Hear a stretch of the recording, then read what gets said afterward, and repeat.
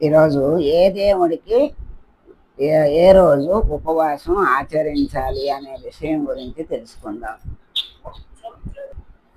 ఉపవాసం మనిషికి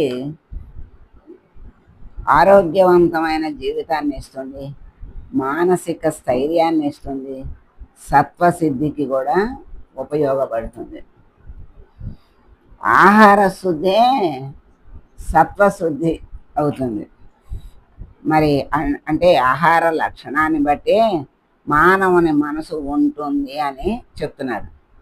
ఆధ్యాత్మిక పదంలో పయనిస్తున్నటువంటి వాళ్ళు తమ శారీరక ఆరోగ్యం కోసం మితాహారం, క్షమాహారం, సాత్వికాహారం అని విభజించి తీసుకుంటూ ఉంటారు. దీన్ని దృష్టిలో పెట్టుకునే మన వాళ్ళు అత్యాహార మానాహారం నిత్యం యోగేవ వర్జయేత్ అన్నారు. అతిగా తినడం, అసలు తినకుండా ఉండడం కూడా మంచిది కాదు అని చెప్పారు. అందుకే అతి సర్వత్రా వర్జయేత్ అన్నారు. జీవించటానికే తినాలి కానీ తినటానికే జీవించకూడదు. అంటే మనం శరీరం నిలబడాలి కనుక శరీరానికి కావలసిన ఆహారాన్ని అందించాలి. ఎలా అందించాలి? ఏ సమయానికి ఏది ప్రాప్తం ఉంటే మనకు లభిస్తే దాన్ని మనస్ఫూర్తిగా స్వీకరించాలి.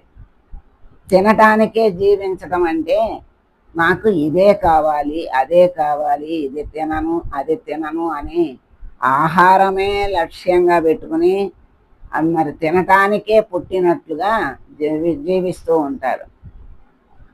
అలా వాళ్ళని తినటానికే పుట్టారు అంటారు. అంటే ఆ తిండి మీద ధ్యాస తప్పితే ఇంకో ధ్యాస ఏమీ ఉండదు. అందుకని జీవించటానికే తినాలి కానీ తినటం కోసం జీవించకూడదు అని చెప్పారు ఇక్కడ. మితాహారం కడుపులో అంటే మితాహారం అంటే కడుపులో సగభాగం అన్నం ఉండాలి, తర్వాత ఆహార పదార్థాల చేత 25% నీళ్ళ చేత నింపి మిగిలిన 25% ఖాళీగా ఉంచాలి. ఈ విధంగా ఆహారాన్ని స్వీకరించడమే మితాహార పద్ధతి అన్నారు. ఇలా అయినందుకు చెప్పాలంటే అధికంగా తింటే భగవద్ధ్యానం కుదరదు. అధికమైన ఆహారం వల్ల శరీరం బరువెక్కి మత్తుగా మారి పూజ, ధ్యానం వంటి విషయాల మీద ఆసక్తిని నిలపలేము. అందుకే మితంగా తినడం, మితంగా నిద్రించడం అత్యంత ఆవశ్యకమని అన్నారు. ఈ ఆహార విధానాన్ని మళ్ళా సాత్విక, రాజసిక, తామసిక ఆహార విధానాలంటూ 3 విధాలుగా విభజించారు. అంటే ఆహారాన్ని సాత్వికం, రాజసం, తామసిక ఆహారం. క్షమాహారం అంటే ప్రతిరోజు దాదాపు ఒకే సమయానికి పరిమితంగా సమతుల్యమైన ఆహారాన్ని తీసుకోవడం. ఇలా తినడం వల్ల మానసిక ఆరోగ్యం చక్కగా ఉంటుంది. అందుకని దీన్ని క్షమాహారం అన్నారు. సాత్వికాహారం, సాత్వికాహారం వల్ల మానసిక ఉద్రేకం తగ్గుతుంది. మరి క్రమమైనటువంటి సాత్వికాహారం అనేక శరీర రోగాలను నిరోధించి ఆయు ప్రమాణాన్ని కూడా పెంచుతుంది. కనుక ఈ ఆహార నియమాలకు తోడుగా ఉపవాస దీక్షను ఏర్పరిచారు. ఇందులో కూడా ఆరోగ్య రహస్యాలు ఎన్నో ఇమిడి ఉన్నాయి. ఉన్న 7 రోజులకు 7 అధిపతులు ఉన్నారు. ఏమి ఆశించి ఉపవాసం చేస్తారనే దాన్ని బట్టి వారు వారంలో ఏ రోజు ఉపవాసం చేయాలి అనేది ఆధారపడి ఉంటుంది. ప్రతి రోజుకు ఒక్కో గ్రహం అధిపతి ఉంటుంది. ఒక్కో గ్రహాధిపతి కృప పొందేందుకు ఒక్కో విధమైన ఉపవాసం పాటించాల్సి ఉంటుంది. సూర్యగ్రహ అనుగ్రహం పొందాలనుకునే వాళ్ళు ఆదివారం ఉపవాసం ఉండాలి. కంటి సమస్యలు, చర్మ, హృదయ సంబంధ వ్యాధులతో బాధపడేవారు సూర్యుని ఆరాధిస్తే మంచిది. అంటే సూర్యగ్రహం అనుగ్రహం తక్కువగా ఉంటే ఈ సమస్యలు వస్తాయి అన్నమాట. కంటి సమస్యలు, చర్మ, హృదయ సంబంధమైన సమస్యలు వస్తాయి కనుక ఆ సమస్యలు ఉన్నవాళ్ళు ఆ సూర్యగ్రహానికి ఆదివారం ఆ సూర్యగ్రహాన్ని ఆరాధిస్తే మంచిది. సూర్యగ్రహ ఆరాధన వల్ల గౌరవం, కీర్తి, ప్రతిష్టలు లభించడంతో పాటు శత్రువుల పీడ కూడా నివారణ అవుతుంది. సూర్యుని కోసం ఉపవాసం ఉండేవాళ్ళు సూర్యాస్తమయం లోపల రోజుకి ఒకసారి మాత్రమే భోజనం చేయాలి. సూర్యాస్తమయం తర్వాత ఏమీ తీసుకోరు. తినే ఆహారంలో ఉప్పు, నూనె ఉండకూడదట. తామసిక ఆహారం ఉపవాసం ఉన్నవారు తినరు. సూర్యుడికి ప్రార్థనలు చేసి సూర్యునికి సంబంధించిన కథను చదవటం కానీ వినడం కానీ చెయ్యాలి. అలా చదివిన తర్వాతే ఆహారం తీసుకుంటారు. సూర్యుని అనుగ్రహం పొందాలి అనుకునే వాళ్ళు కెంపును ధరించాలి. గోధుమలు, ఎర్రధాన్యం, బెల్లం, బంగారం, రాగి ఆభరణాల్లో కెంపు దానం ఇవ్వాల్సి ఉంటుంది. దానం ఇవ్వడానికి సూర్యాస్తమయం ఉత్తమమైన సమయం. సోమ తర్వాత ఆదివారం అయిపోయింది. సూర్యుడికి మరి ఎలా ఆరాధించాలి, ఉపవాసం ఉండాలి, ఏం చేయాలి అనేది చెప్పారు. ఇప్పుడు సోమవారానికి అధిపతి చంద్రుడు. సోమవారం శివపార్వతులకు పూజలు చేస్తారు. ఆనందకరమైన వివాహ జీవితం కావాలి అనుకునే వాళ్ళు సోమవారం రోజు శివపార్వతులకు ప్రత్యేకమైన పూజలు నిర్వహించాలి.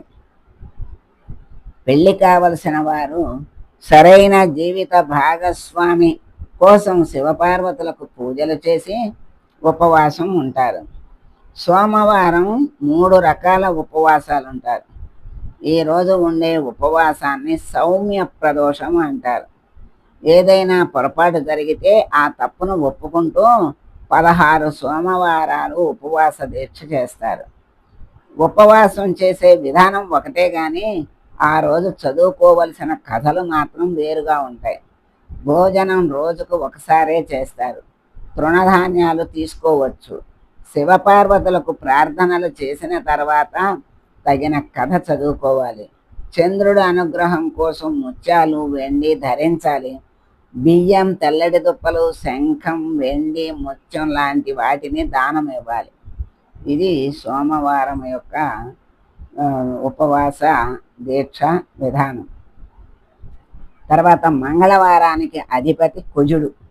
జాతకంలో కుజగ్రహం సరిగా లేని వాళ్ళు ఆ దోష నివారణకు 12 మంగళవారాల ఉపవాసం ఉండటం శుభప్రదం. మంగళవారం హనుమంతుడికి ప్రత్యేక ప్రార్థనలు చేయాలి. దుస్తులు, పూలు ఎర్రటివి ధరించడం శ్రేయస్కరం. గోధుమలు, బెల్లంతో చేసిన ఆహారం రోజుకి ఒకసారి మాత్రమే తినాలి. హనుమకు పూజ చేసిన పిదప కథ చదువుకోవాలి. ఇది మంగళవారం యొక్క ఉపవాస విధానం. బుధవారానికి అధిపతి బుధుడు. బుధవారం ఉపవాసం ఉండదలుచుకున్న వాళ్ళు రోజుకు ఒకసారి ఆకుపచ్చటి ఆహార పదార్థాలు తినాలి. విష్ణుమూర్తికి పూజ చేసుకొని కథ చదువుకోవాలి. బుధగ్రహం అనుగ్రహం పొందాలి అనుకునే వాళ్ళు బంగారంతో పొదిగిన పచ్చని ధరించాలి.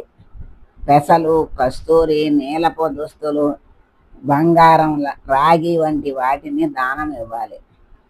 ఇది బుధవారం యొక్క విషయం.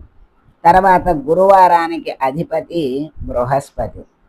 జ్ఞాన సముపార్జనకు, సంపదకు గురుగ్రహం అనుగ్రహం ముఖ్యం. పసుపు పచ్చని దుస్తులు ధరించి గురువుకు ప్రార్థనలు చేసి కథ చదువుకోవాలి. తర్వాత రోజుకి ఒకసారే భోజనం చేయాలి. బంగారంలో పొదిగిన కనక పుష్యరాగాన్ని ధరించాలి. పసుపు, ఉప్పు, పసుపు పచ్చని దుస్తులు, బియ్యం వంటి వాటిని దానం ఇవ్వాలి. తర్వాత శుక్రవారానికి అధిపతి శుక్రుడు. రోజుకు ఒక పూటే భోజనం చేయాలి. భోజనంలో పాయసం ఉండాలి.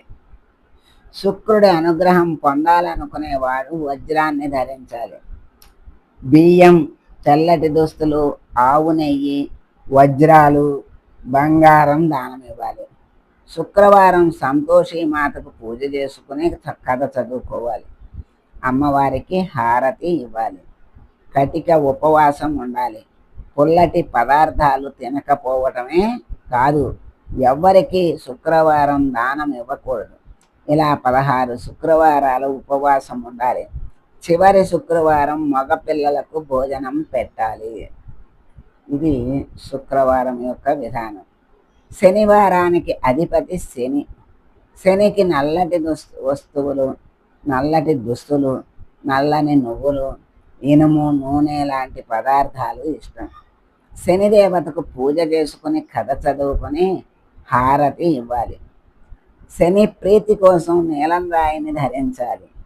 నూనెతో నిండిన ఇనుప పాత్ర, నల్ల గొడుగు, నల్లటి చెప్పులు, నల్లటి దుస్తులు, నల్ల నువ్వులు మొదలైన వాటిని దానం ఇవ్వాలి. ఇలా మన ఉపవాసంలో ఆరోగ్య రహస్యాలతో పాటు కుటుంబ క్షేమము దాక్కుని ఉంది కనుక ఉపవాసం శరీరానికి మనస్సుకి మనకి క్షేమాన్ని ఇస్తుంది కనుక మరి ఉపవాసం అనేది చెయ్యాలి.